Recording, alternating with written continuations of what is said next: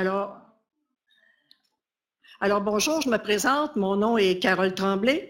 Je suis conseillère pédagogique à la Commission scolaire des Laurentides et chargée de cours à l'Université de Sherbrooke en évaluation des apprentissages. Et je collabore régulièrement avec le ministère sur le dossier de l'évaluation des apprentissages. Et là, je dois changer.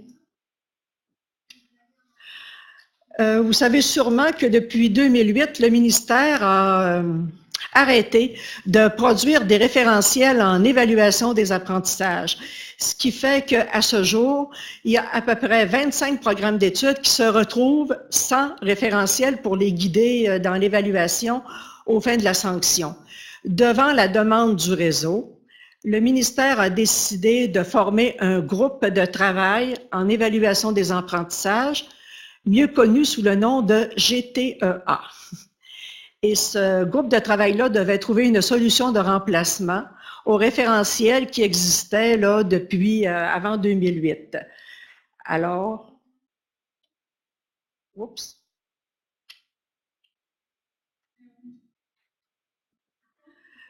Vous vous rendez compte que les membres qui faisaient partie du groupe de travail provenaient autant du réseau, dont je faisais partie, que du ministère de l'Éducation. Donc, il y avait les deux composantes, si vous voulez, donc prendre en compte les besoins du réseau. Dans la présentation, il va y avoir des exemples. Ces exemples-là ne sont pas dans vos documents pour la simple et bonne raison que ce sont de faux exemples sur des programmes qui existent déjà. Et ces exemples-là ont été faits pour, comme on peut dire, organiser avec le gars des vues. Donc, vous ne les avez pas parce que le ministère ne veut pas que les exemples circulent pour ne pas penser que ce sont de vrais là, documents d'évaluation. Mais un jour, vous aurez des vrais exemples. Donc, pas de photos. Quand on a commencé à travailler sur l'évaluation, on s'est aperçu qu'il faudrait peut-être aussi rejouer dans les programmes d'études, apporter certaines modifications pour que les programmes d'études soient plus parlants pour les enseignants. Parce que parfois, on peut lire des critères, on peut lire des énoncés de compétences, puis on se demande qu'est-ce que ça veut dire exactement et jusqu'où on doit aller. Donc, on a retravaillé, il a fallu modifier des choses dans les programmes d'études. À ce jour, aucun programme d'études n'a là ce qu'on va vous présenter cet après-midi. Donc, ce seront ceux qui seront élaborés à partir de cette année qui auront les modifications dont on vous parle. La première modification va toucher l'énoncé de compétences qui devrait être plus univoque pour les enseignants et les personnes qui travaillent avec les programmes d'études. Deux exemples. Préparer des épreuves d'imposition avec finition pour des formats normalisés. Donc, ça serait ajouté à l'énoncé de programme pour savoir, c'est pas n'importe quel format, ce sont ceux qui sont normalisés. Et là, vous pourriez me dire, format normalisé, c'est pas tellement plus précis que si on n'avait pas écrit ça. Ne vous en faites pas, c'est un peu comme des poupées russes. Au fur et à mesure qu'on va avancer dans les composantes, on va spécifier davantage ce que veut dire format normalisé, mais c'est pour vous donner des exemples. Le deuxième, le plus parlant, on est en conseil et vente de pièces d'équipement motorisé. Alors, comme énoncé de compétences, on pourrait avoir donné de l'information sur les systèmes et là, on les nommerait. Donc, ça donne l'ampleur de la compétence et c'est ces systèmes-là qu'on enseigne dans la compétence. Une autre façon de donner plus d'informations, c'est dans le contexte de réalisation. Ça vous dit quelque chose, le contexte en haut à droite dans le programme? Donc, le contexte de réalisation comprendrait des informations plus précises, donc format normalisé, serait précisé davantage dans le contexte de réalisation. Et je pense qu'on a un exemple. Les personnes qui sont aussi âgées que moi, probablement qu'il n'y en a pas dans la salle, là. En 86, quand l'approche par compétences a été instaurée, dans les programmes d'études, il y avait un champ d'application qui était à la fin du module, dans ce temps-là. On revient avec des champs d'application qui seraient dans le contexte de réalisation. Donc, par exemple, préparer des épreuves d'imposition avec finition pour des formats normalisés. Dans le contexte de réalisation, on écrirait pour des documents corporatifs, d'édition, de publicité et pour des formats d'impression in quarto. Donc, c'est là-dessus qu'on travaille en formation professionnelle. Parce que ce programme-là a un DEC en technique pour poursuivre. Alors, au collégial, ils vont plus loin. En formation professionnelle, c'est là qu'on arrête.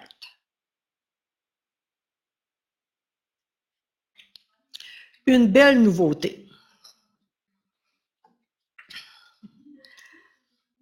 Pour que les critères de performance aient une interprétation plus univoque dans le réseau, le ministère a fait une classification du niveau d'exigence des critères de performance.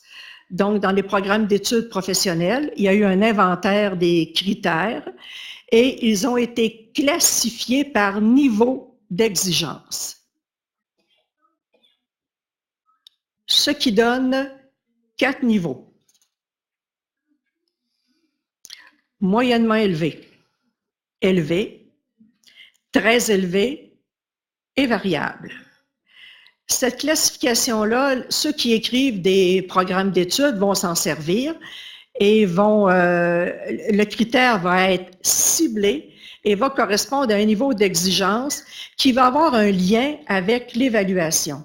Exemple, si je prends le niveau très élevé, quand on va évaluer et il va être retenu au fait d'évaluation de sanctions et même en apprentissage, très élevé voudrait dire pas de tolérance.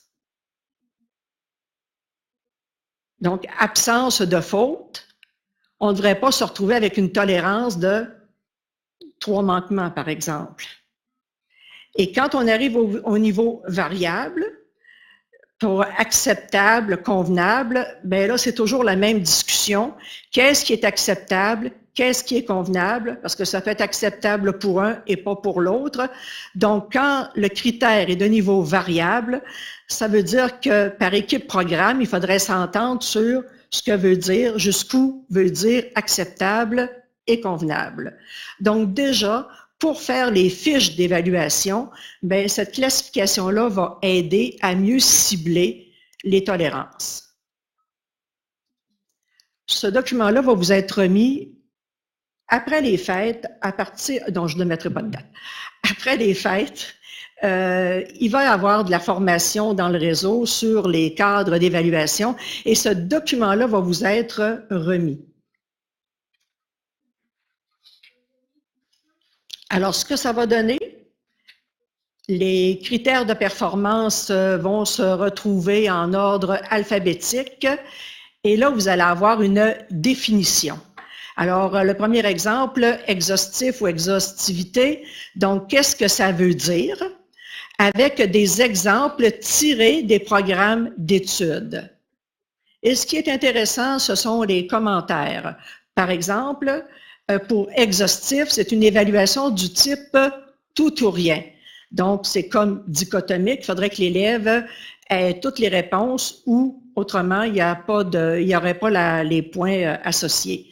Donc, c'est un qualificatif souvent utilisé pour des données à observer ou à inscrire et dont le niveau d'exigence est fonction du nombre d'observations ou de la quantité de renseignements à inscrire. Et à la fin, on donne toujours une indication correspond à un niveau d'exigence très élevé qui, à des fins d'évaluation, ne devrait pas conduire à la définition d'une tolérance. Alors, c'est une indication que le ministère donne au réseau. À côté, vous avez un autre exemple avec exact ou exactitude. Et on vous donne à la fin, là, dans les commentaires, on va vous dire que ça correspond à un niveau d'exigence élevé et que c'est utilisé pour le dénombrement des données pour des résultats de calcul.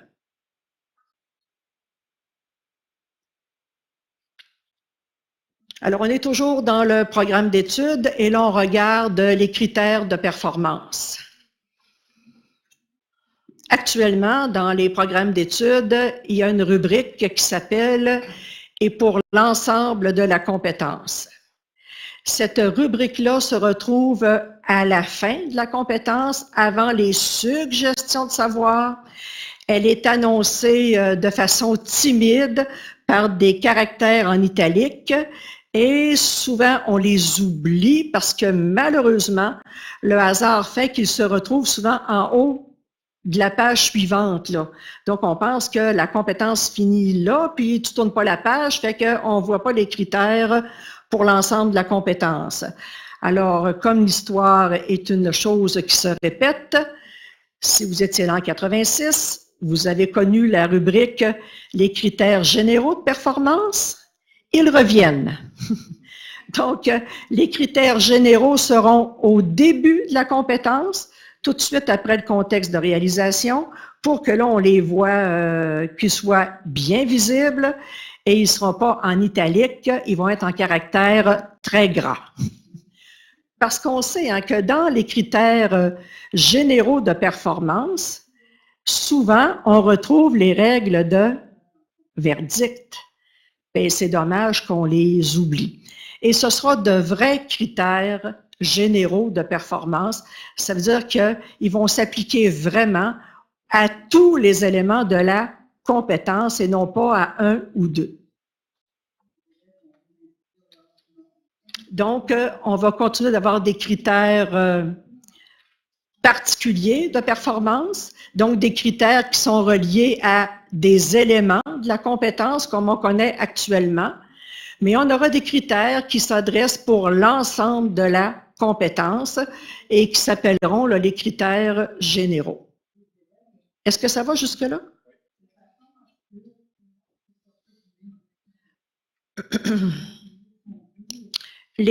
Alors ça, c'est pour la partie prescrite de la compétence, parce que vous savez que le ministère, l'article 461 de la loi sur l'instruction publique, lui permet d'élaborer des programmes d'études, l'oblige à élaborer des programmes d'études.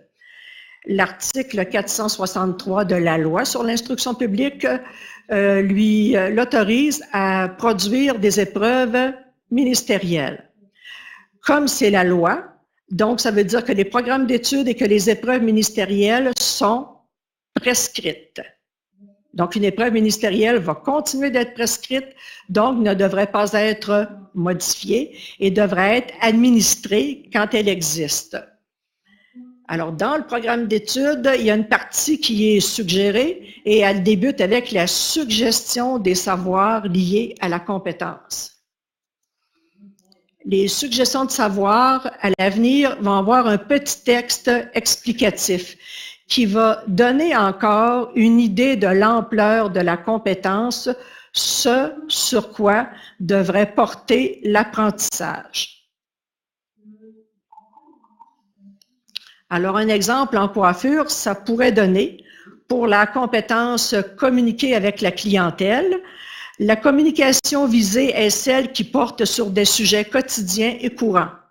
Elle ne vise pas l'apprentissage de la terminologie propre au métier, de même que les discussions à forte connotation émotionnelle, comme le deuil ou la perte d'un emploi. Donc, on cible sur quoi devrait porter la communication dans cette compétence et par le fait même, ce sur quoi devrait porter l'évaluation. Vous êtes chanceux, 2 ateliers en même temps. Ah. Un ajout qui sera fait dans les programmes, si nécessaire au besoin, un glossaire. Dans certains programmes, ça existe déjà. On définit certains termes pour être certain que tout le monde a la même compréhension.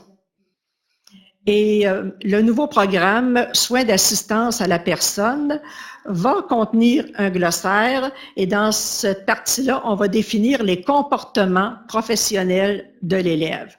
Ça, c'est intéressant. Sens des responsabilités, empathie. Donc, on définit pour le travail de préposé, je ne sais plus comment il va s'appeler, préposé au bénéficiaire ou à la personne, ce que veut dire ces comportements professionnels que l'élève doit développer.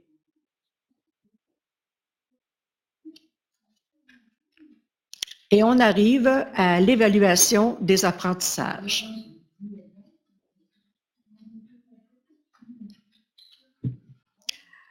Alors, le document qui va remplacer le référentiel pour l'évaluation des apprentissages va s'appeler officiellement Cadre d'évaluation des apprentissages.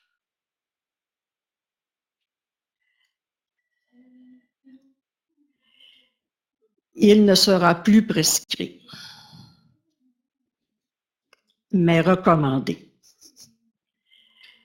C'est un peu plus que suggéré, mais moins que prescrit. Et pourquoi ce n'est plus prescrit? Parce que c'est la loi sur l'instruction publique qui peut prescrire, et malheureusement, il n'y a rien dans la loi qui peut obliger le ministère à déterminer des critères d'évaluation pour la sanction.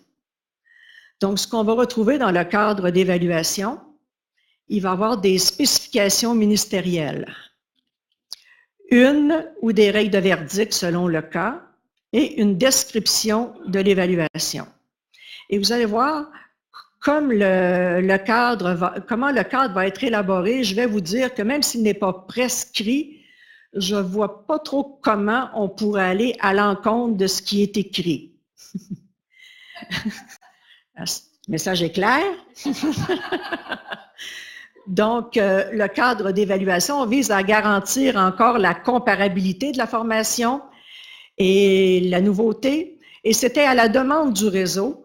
Quand on a débuté nos travaux, c'est la première demande qui est arrivée. Il fallait tenir compte que le réseau demandait une marge de manœuvre. Et ça fait partie du cadre d'évaluation. Alors, le rôle, selon ce qui est déterminé par la loi, donc le ministère de l'Éducation et de l'Enseignement supérieur précise les niveaux d'exigence en rapport avec les critères de performance. C'est ce que je vous expliquais tantôt. Les critères vont être regroupés en 4 catégories. Le ministère détermine par des spécifications les éléments de compétence et les critères de performance ou de participation essentiels, c'est le mot magique qu'il faut souligner, surligner, mettre en gras. Donc, les éléments essentiels, c'est pour ça que je vous dis, je ne vois pas trop comment on pourrait passer à côté. Le ministère établit des critères de performance jusqu'à une valeur de 70 points. Les spécifications restent à 100 points. Ça veut donc dire que le réseau aura une marge de manœuvre de 30 points. Et le ministère établit des règles de verdict, il rédige une description de l'évaluation et s'il y a lieu, il élabore des épreuves ministérielles. Les commissions scolaires. Alors, elles déterminent dans une proportion de 30 points des critères de performance ou des critères de participation complémentaires aux spécifications ministérielles. Elles définissent les scénarios et les modalités d'évaluation. Évidemment, elles élaborent les épreuves d'établissement et les fiches d'évaluation, parce que vous avez vu tantôt, dans le cadre d'évaluation, il n'y aura plus de fiches d'évaluation. Et évidemment, elles procèdent à l'évaluation aux fins de la sanction.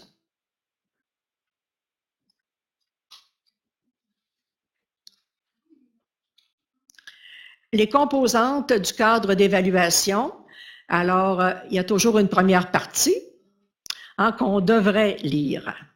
Donc, les fondements de l'évaluation.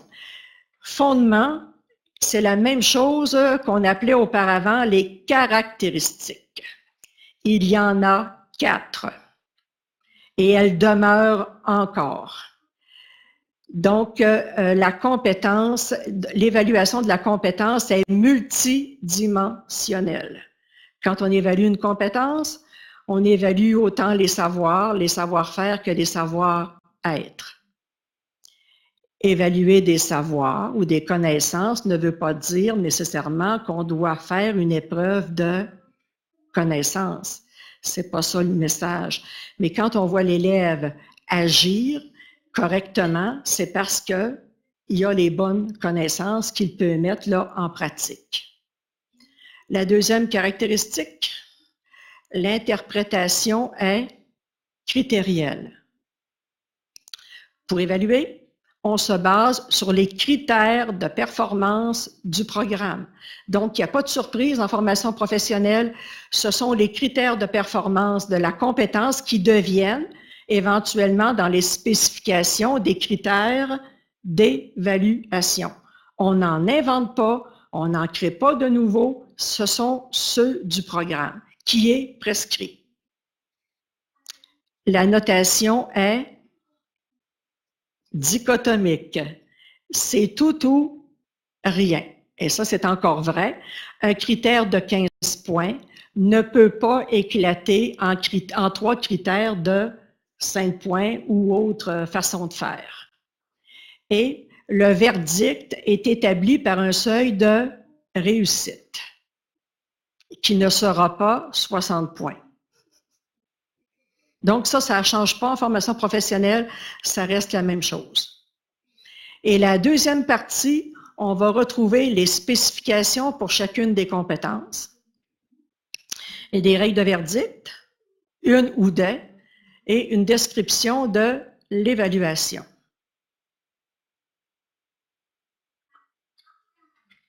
Les composantes des spécifications. Donc, dans la partie ministérielle, les spécifications ministérielles comprennent les aspects essentiels de la compétence, qui devraient faire l'objet de l'évaluation aux fins de la sanction. Que veut dire aspect essentiel? Quand on a commencé nos travaux, on parlait souvent de cœur de compétence. Et à un moment donné, on a dit, on ne peut pas utiliser ce terme-là parce que c'est un concept qui est relié à la reconnaissance des acquis et des compétences. Et un cœur de compétence en RAC, c'est vraiment ce qui est lié directement à l'énoncé de la compétence. Nous sommes en formation initiale. Donc, un aspect essentiel peut porter plus que sur j'allais dire le cœur, sur la réalisation là, du produit ou du procédé qu'on veut faire réaliser à l'élève.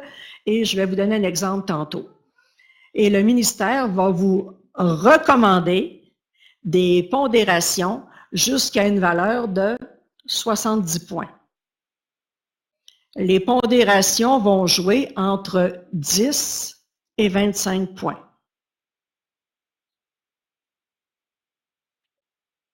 Disparition des critères de 5 points. 5 points, qu'est-ce qu'on évalue? Pas grand-chose. Hein? Fait que dans des spécifications, quand on voit, là, j'ai 5-6 critères de 5 points, avant que l'élève soit en échec, qu'il soit reconnu non compétent, il peut faire beaucoup d'erreurs. Donc, jouer entre 10 et 25. On a dit que les pondérations sont recommandées. Si le ministère met un critère, recommande un critère à 25 points, y aurait-il quelque chose à comprendre? D'après moi, il est important, très essentiel. Et on appelle ça un critère discriminant. Et si l'élève ne l'a pas, il devrait être en échec parce qu'il n'est pas compétent. Fait qu'il y a comme un message subliminal, hein, qui est quand même clair. Dans la partie établissement, donc les commissions scolaires, les centres, ont une marge de manœuvre de 30 points, le 30 points qui manque là, pour arriver à 100 points. qu'est-ce que vous allez pouvoir faire avec ce 30 points-là? Vous pourriez décider de ne conserver que les critères établis par le ministère et de les hausser jusqu'à une valeur de 30 points. Exemple, le ministère vous suggère un critère, vous recommande un critère de 10 points. Vous pourriez dire, chez nous, c'est important, on le met à 15, 20. Vous comprenez? Vous n'en ajoutez pas d'autres, vous prenez ceux du ministère, mais vous allez à la hausse. Vous pourriez dire aussi, le ministère n'a pas retenu ce critère-là, ou le ministère n'a pas reconnu cet élément de compétence-là, mais chez nous, c'est important. Vous pourriez donc le faire jusqu'à une valeur de 30 points, ou vous pourriez faire évidemment une combinaison des deux, augmenter de la pondération du ministère ou ajouter des critères que vous jugez importants.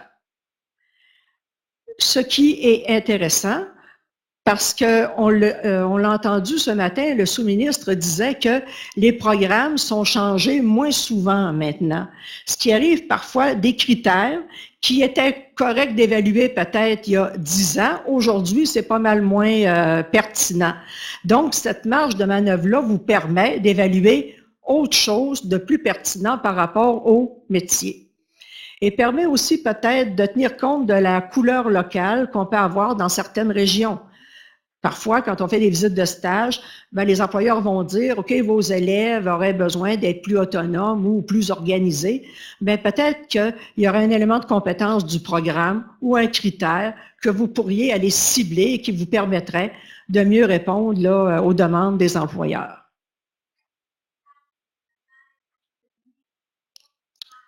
C'est l'exemple qu'il ne faut pas photographier. Donc, on est en infographie et il y a une compétence qui s'appelle « Effectuer des mises en page simples pour des imprimés ». Alors, c'est la compétence 12 du programme et voici, c'est de ça qu'auraient l'air les spécifications maintenant. En gras, ce sont les éléments de compétences retenus par le ministère et à votre droite, la pondération recommandée. Quand on parlait d'aspects essentiels, donc, quand je veux faire des mises en page, les deux éléments de compétences essentielles, c'est donc intégrer des textes et intégrer des éléments visuels. Trouvez-vous que ça a du bon sens? Hein? C'est pour ça que je vous dis, aller à l'encontre de ça, ça serait un peu bizarre. Donc, le ministère, pour l'élément de compétence 4, a retenu deux critères. Définition et application correcte des styles typographiques, 20 points. Respect des niveaux hiérarchiques, 15 points. Pour l'élément de compétence, intégrer les éléments visuels. Habillage judicieux des éléments graphiques et des images, 15 points. Respect des règles de composition, 20 points. Donc, valeur de 70 points. Règle de verdict, aucune pour cette compétence-là. Vous recevez ça. Vous avez donc 30 points à appliquer. Voici ce que ça pourrait donner. Alors, le ministère n'avait pas retenu l'élément de compétence 2 du programme, qui est construire le document de mise en page. Chez nous, on n'a pas ce programme-là, okay? C'est de la fabulation. Les employeurs nous disent que, OK, les élèves, les documents sont mal mis en page, les règles typographiques ne sont pas respectées. Donc, on est allé chercher l'élément de compétence, construire le document de mise en page. On a retenu le critère élaboration correcte des grilles de mise en page. On a accordé 10 points. Et l'autre raison, c'est qu'on voulait donner à l'élève des méthodes de travail efficaces. C'est souvent une intention éducative qu'on retrouve dans nos programmes d'études, d'avoir de bonnes méthodes de travail. Donc, on est allé chercher ce critère-là pour répondre à cette intention éducative-là. Intégrer les textes, le ministère l'avait retenu comme élément de compétence, mais il n'avait pas retenu le critère importation et positionnement correct des textes qu'on a retenu et on lui a accordé 15 points. Et à l'élément de compétence 5, le critère respect des règles de composition, le ministère l'avait mis à 15 points, on a haussé à 20 points. Vous avez les 3 possibilités dans l'exemple. Ajout d'un élément et d'un critère, ajout seulement d'un critère ou hausse de la pondération. Et on arrive à 100 points. Le seuil de réussite. Le seuil de réussite ne sera pas recommandé par le ministère pour la simple et bonne raison que le 100 points n'est pas déterminé. Fait que là, on ne peut pas déterminer un seuil de réussite quand on n'a pas l'ensemble des pondérations. Alors, si le ministère disait seuil de réussite recommandé 80 points, puis que vous décidez de mettre un critère à 25, ça veut donc dire forcément qu'il faudrait que l'élève soit en échec. Donc, il n'y a pas de seuil de réussite recommandé parce qu'on n'a pas l'ensemble des pondérations. Mais c'est sûr que le seuil de réussite, il doit être discriminant pour permettre de reconnaître ou non la compétence de l'élève. Et le seuil de réussite ne peut être fixé que quand on a l'ensemble des pondérations. Alors, je reviens à l'exemple de tantôt et vous avez remarqué, on a 3 critères de 20 points. Pour fixer le seuil de réussite, il y avait 2 possibilités. C'est la compétence 12 du programme. On a décidé de mettre le seuil de réussite à 85 points. Ça veut dire que 3 critères pourraient mettre l'élève en échec. Mais si ce n'était pas le souhait qu'on avait, comme on est à la compétence 12, qui va avoir d'autres compétences de mise en page, plus complexes d'ailleurs, on pourrait décider qu'on met le seuil de réussite à 80 points. Donc, l'élève, sa marge de manœuvre serait très limite. Il ferait une erreur dans les critères et la prochaine fois, il serait en échec. Comme on aurait pu mettre le seuil de réussite à 75 points. Ce qui veut dire que les seuils de réussite devraient être fixés entre 75 et 85.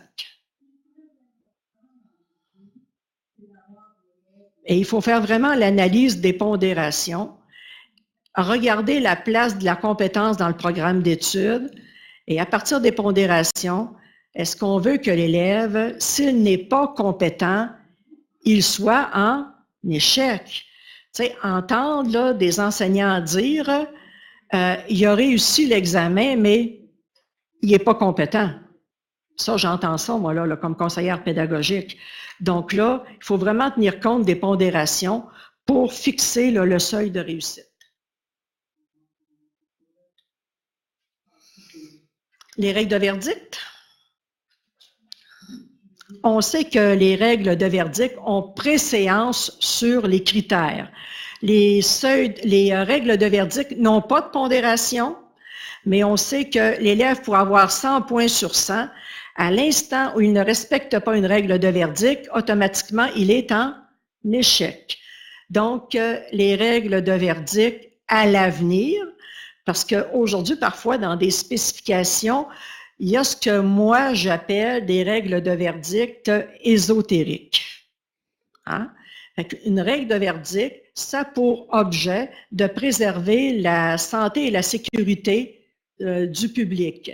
Donc, le ministère pourrait préciser des règles de verdict pour certaines compétences traduites en comportement.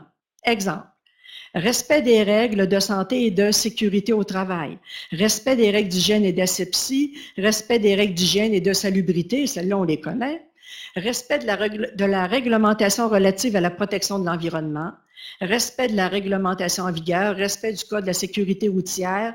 Ce qu'il faut retenir, c'est la deuxième puce, les règles de verdict seront fixées par rapport aux lois, aux normes, aux règlements. Hein, vraiment pour respecter la mission du ministère, protéger la santé et la sécurité du public.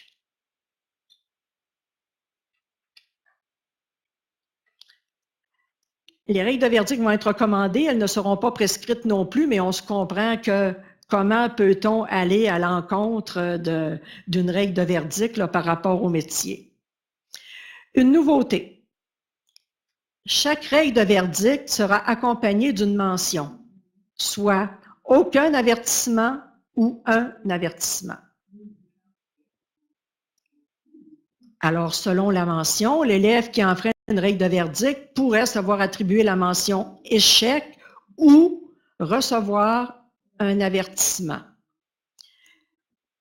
L'enseignant sera le seul juge de l'application.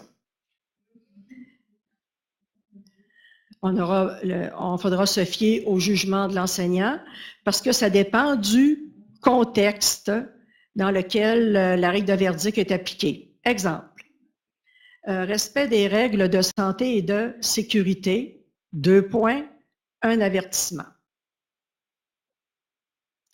L'élève rentre dans la classe, rentre dans l'atelier pour faire l'examen, il n'a pas ses lunettes de sécurité. Est-ce que l'enseignant pourrait lui dire « Va chercher tes lunettes ». L'élève a eu un avertissement, il n'y a pas encore eu de danger, hein, il n'est pas encore rentré dans l'atelier, il n'a touché à rien. Mais il y a eu son avertissement là. Un autre exemple, l'élève rentre à l'atelier avec ses lunettes, il travaille, puis à un moment donné, il doit, mettons, scier un morceau de bois, une planche de bois, et il oublie de rabaisser ses lunettes de sécurité. Échec. Est-ce que vous voyez la différence entre les deux? Donc, ça dépend du contexte de dangerosité où là, l'enseignant pourra appliquer ou non l'avertissement. Ce sera donc très important pour ces règles-là que les enseignants mettent de l'information sur la fiche d'évaluation. Vous savez, la dernière partie qui s'appelle « commentaire » là, et qui n'a jamais rien d'écrit.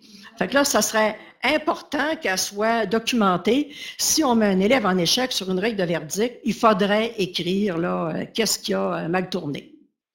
Alors, voici ce que ça donnerait comme exemple. Dans le bas de la diapositive, règle de verdict.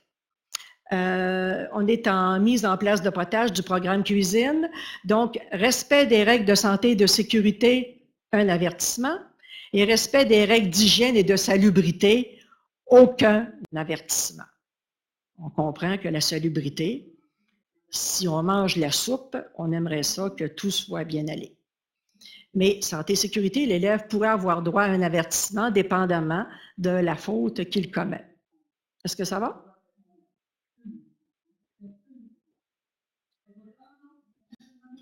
Description de l'évaluation. Aujourd'hui, ça s'appelle description de l'épreuve, hein, qui comporte parfois une page ou deux, où on va dans le trait pointu. Hein, la durée de l'épreuve est de « voici la tâche que l'élève devrait faire », etc. Maintenant, ça va s'appeler une description de l'évaluation. Fait que vous comprenez que ça va être beaucoup plus large. Parce que les critères ne sont pas tous déterminés dans les spécifications, donc la description de l'évaluation est faite à partir de ce que le ministère aura ciblé. Donc, il n'y aura pas de durée suggérée, il n'y aura pas de nombre d'élèves recommandés. La tâche va être décrite de manière très générale. Ça voudra dire que le centre devra là, la peaufiner davantage.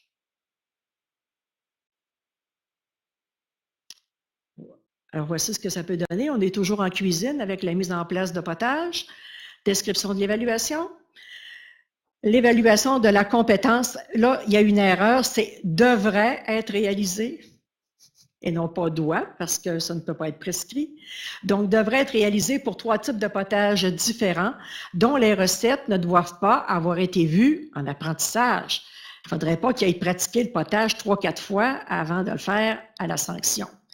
Les recettes à réaliser doivent comporter au moins 5 ingrédients, excluant les assaisonnements de base.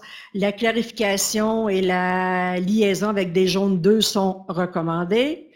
Les qualités organoleptiques des potages devront être évaluées au regard des exigences des recettes et de la fraîcheur des produits mis à la disposition des élèves. Donc, vous voyez, on n'est plus dans le pointu.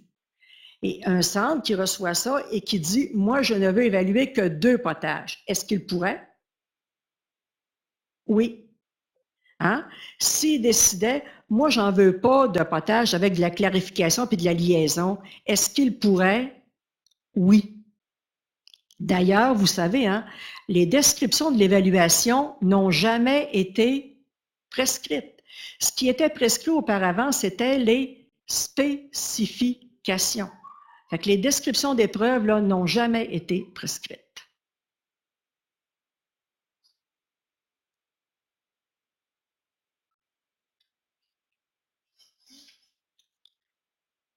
Comment vous recevez ça jusqu'à maintenant? Pas sûr? Sûr? Levez donc la main, ceux qui trouvent ça pas pire. OK. Moi, je pense que ça nous donne une marge de manœuvre pour mieux correspondre à la réalité quand ça fait longtemps que des spécifications roulent et que ça ne correspond plus vraiment. On est en 2016. Et la description, là j'insiste, la description de l'évaluation n'est pas prescrite. Ça veut donc dire, je vais le dire, dans beaucoup de descriptions d'épreuves, on voit souvent des épreuves en 2 parties, dont la première partie est une partie de connaissances pratiques. Alors que quand on lit l'énoncé de la compétence et qu'on regarde les critères, ce serait très, très normal de faire une épreuve pratique. Est-ce que vous décodez ce que je veux essayer de vous dire à mots couverts?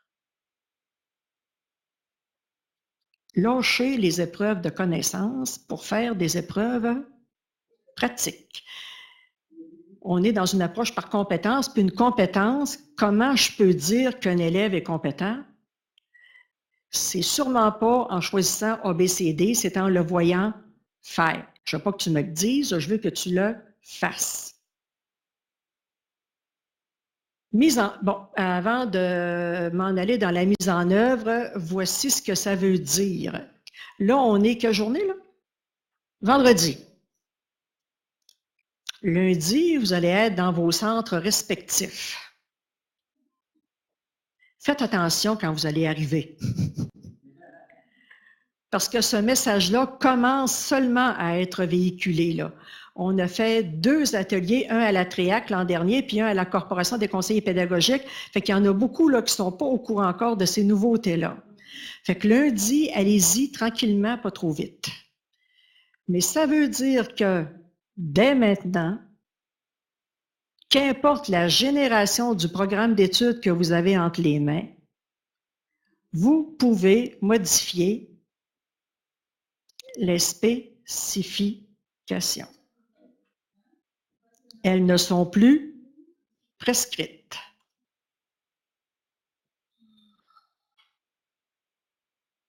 Mais vous ne jetez pas tout à la poubelle, hein? Ça fait quoi? Oui, c'est oui. C'est pour ça que je vous dis tranquillement. Pourquoi c'est pas prescrit?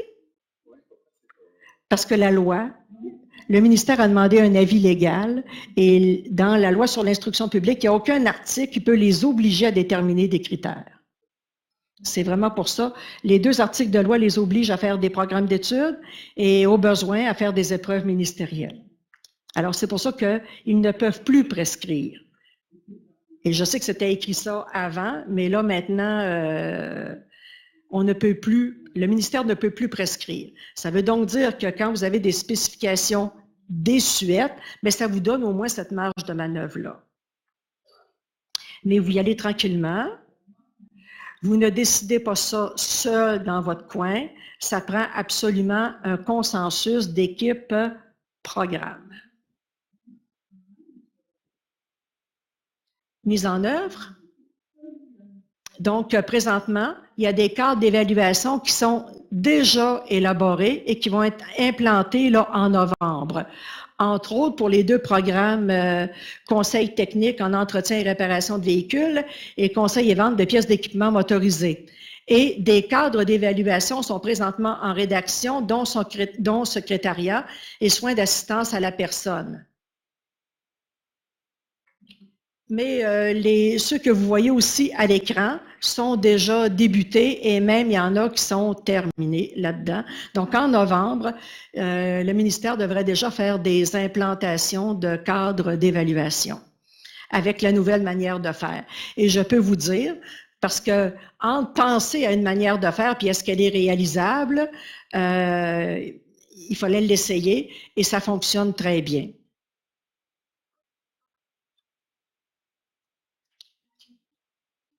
Soutien au réseau. Donc, le ministère a déjà donné 2 ateliers officiellement. C'en est un 3e cet après-midi.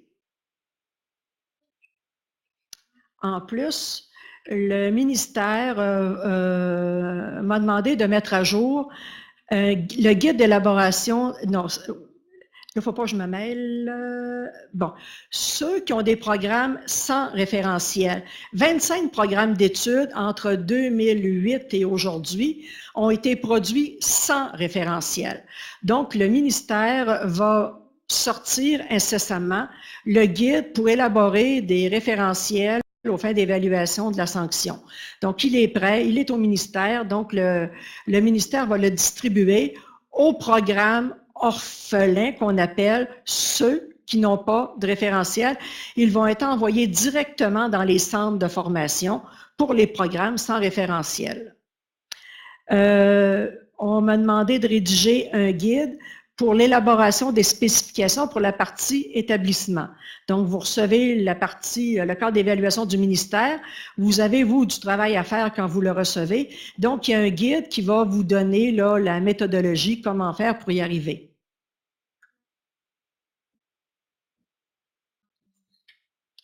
L'actualisation du guide pour l'évaluation des apprentissages pour assurer la qualité des épreuves ministérielles ou locales. Donc, un guide qui sera aussi produit par le ministère.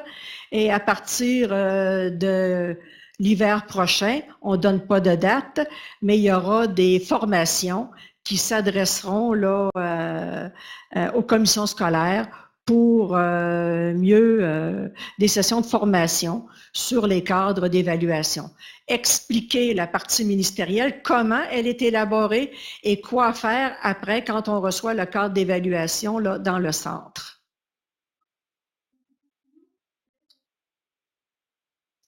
Vous oubliez Sonia Fradette, elle est à la retraite.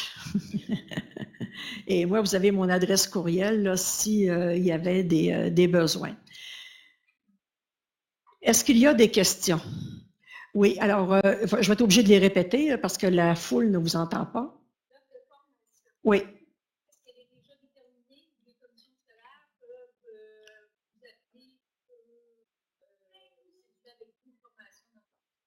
Donc, le contenu de l'offre de formation n'est pas encore décidé au ministère. Donc, c'est le ministère qui va vous envoyer des invitations. Oui. Oui. Il faut absolument faire de la... Bon, excusez. Pour une épreuve ministérielle qui n'est plus à jour, qu'est-ce qu'on peut faire parce qu'elles sont prescrites? La chose que vous devez faire, c'est de remplir une fiche de rétroaction et de la retourner au ministère. Plus vous voulez une réponse rapide, mieux la fiche doit être documentée. Donc, dire ce qui ne va pas, mais proposer quelque chose. Entre les deux, tu l'appliques. Elle est prescrite. Moi, c'est tout ce que je peux te dire. Elle est prescrite. Oui.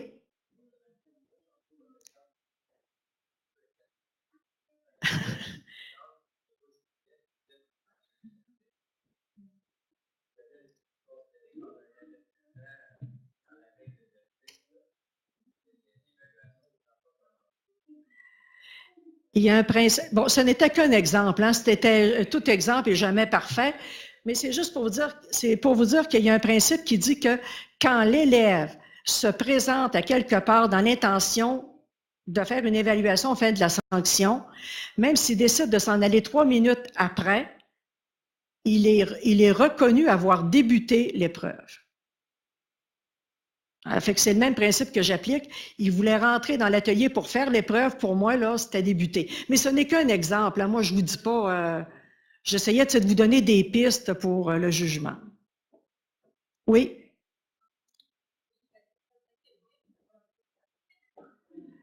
Non, ça ne veut pas dire ça, hein, parce que bon, elle demande, est-ce que ça veut dire que BIM ne fera plus d'examen? Ça veut pas dire ça parce que les programmes qui sont orphelins, qui n'ont pas de référentiel, BIM regroupe des commissions scolaires pour produire les référentiels. Probablement, là, je ne peux pas m'avancer pour BIM, mais probablement qu'ils vont regrouper des commissions scolaires pour faire la partie des 30 points. Je présume. Mais c'est sûr que BIM va continuer de faire des épreuves. Oui. Oui.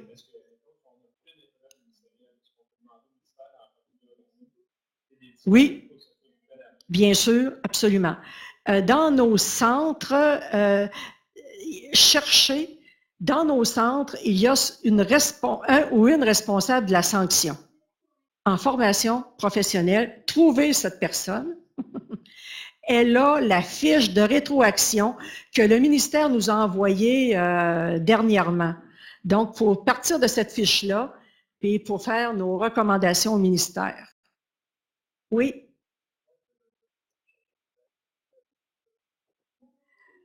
Non. Présentement, ils ne sont pas disponibles. Les cas d'évaluation, présentement, ne sont pas disponibles sur Internet. C'est le ministère qui va les envoyer quand ils vont être prêts et validés, parce qu'il fait des sessions d'implantation. Ils vont les envoyer directement, probablement par courriel dans les centres. Oui.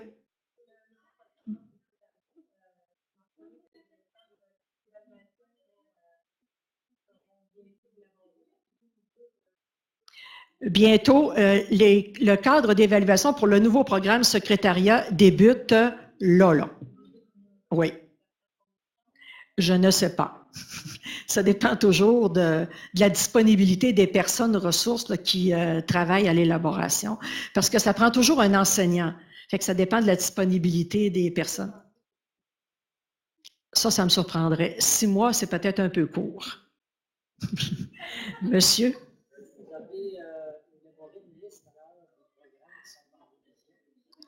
Pour lesquels les cadres d'évaluation vont être élaborés sur la diapo.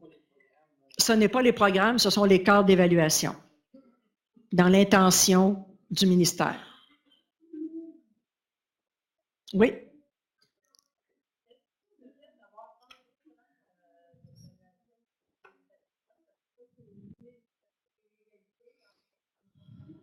La question est, le fait d'avoir 30 points de marge de manœuvre dans les centres, est-ce que ça ne pourrait pas créer une certaine inégalité dans les commissions scolaires? Je vous ramène aux 70 points du ministère.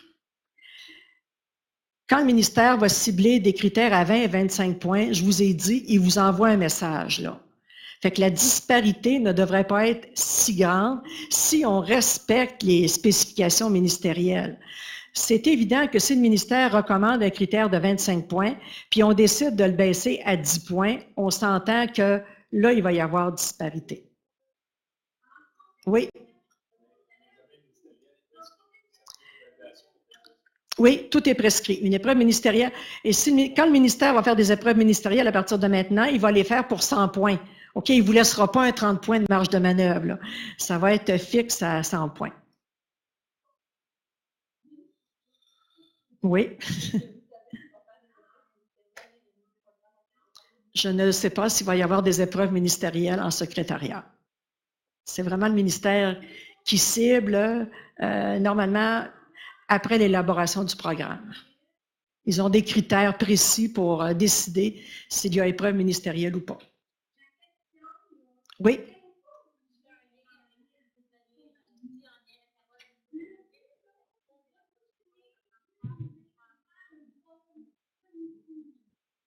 Là, je ne m'embarquerai pas en formation générale des jeunes. Mais en tout cas, on est régi par la même loi. Hein, les jeunes, les adultes, la formation professionnelle, c'est la loi sur l'instruction publique. Mais là, je ne peux pas m'avancer pour la formation des jeunes pour savoir si la progression des apprentissages est prescrite. Oui.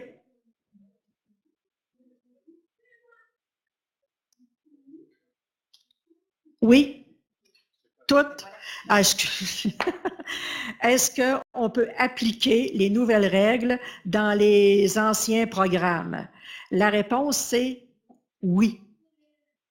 Tout ce que vous avez entre les mains, que ce soit des tableaux d'analyse et de spécification, que ce soit des tableaux d'analyse et de planification, que ce soit des référentiels pour l'évaluation, ils ne sont plus prescrits. Le ministère ne peut plus les prescrire.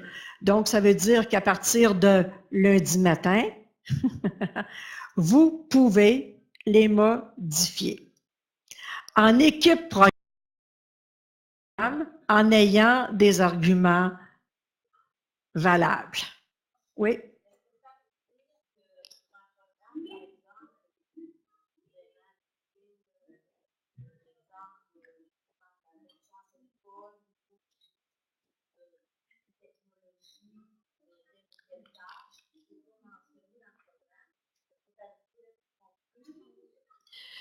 Le programme d'études, lui, il est prescrit. Donc, la question, c'est est-ce qu'on peut changer pour un programme désuet? Est-ce qu'on peut évaluer avec les nouvelles technologies alors qu'ils n'existent pas dans le programme? Moi, ce que je vous dirais, probablement, à partir des critères d'évaluation, parfois, il est possible d'ajouter des éléments d'observation. Et c'est peut-être ça que j'essaierai. Oui.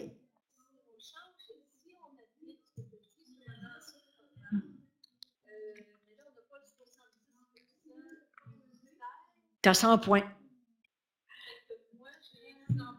Pour jouer. La question, c'est, le ministère ne me recommande pas 70 points. Donc là, sur quoi je me base? Donc, ça veut dire que vous avez 100 points de marge de manœuvre. Fait que ça veut dire que pour les spécifications qui ont une série de 5 points, on peut déjà faire quelque chose avec ça.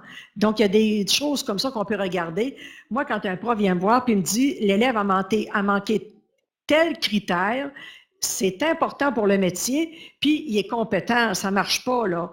Donc là, je pourrais m'asseoir avec cet enseignant-là et hausser la pondération du critère.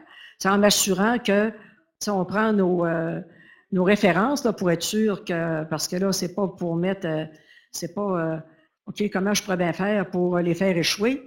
C'est vraiment une affaire de compétence là, pour être sûr que l'élève soit vraiment compétent. Je vous remercie beaucoup pour votre attention.